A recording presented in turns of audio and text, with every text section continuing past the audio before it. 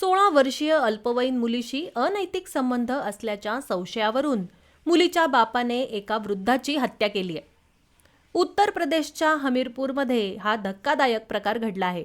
राम आसरे कुशवाह असं मृत व्यक्तीचं नाव असून तो 61 वर्षांचा आहे.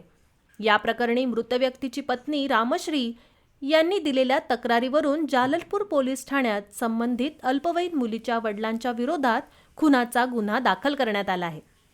मृत राम आसरे कुशवाह हे शेतकरी होते. त्यांना 8 मुली असून त्यापैकी 6 मुलींची लग्न झाली आहेत.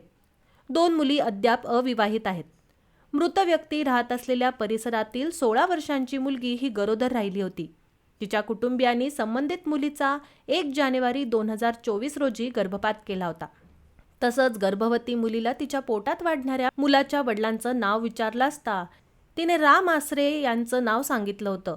यामुळे रागाच्या भरात मुलीच्या वडिलांनी राम आसरे यांच्या गळ्यावर 22 जानेवारी 2024 रोजी कुऱ्हाडीने वार केला. यामध्ये गंभीर दुखापत झालेल्या राम यांना तातडीने झाशीच्या मेडिकल कॉलेजमध्ये उपचारासाठी दाखल करण्यात आलं होतं. तिथेच उपचार सुरू असताना शुक्रवारी त्यांचा मृत्यू झाला. त्यानंतर शवविच्छेदन करून मृतदेह कुटुंबियांच्या ताब्यात देण्यात आला.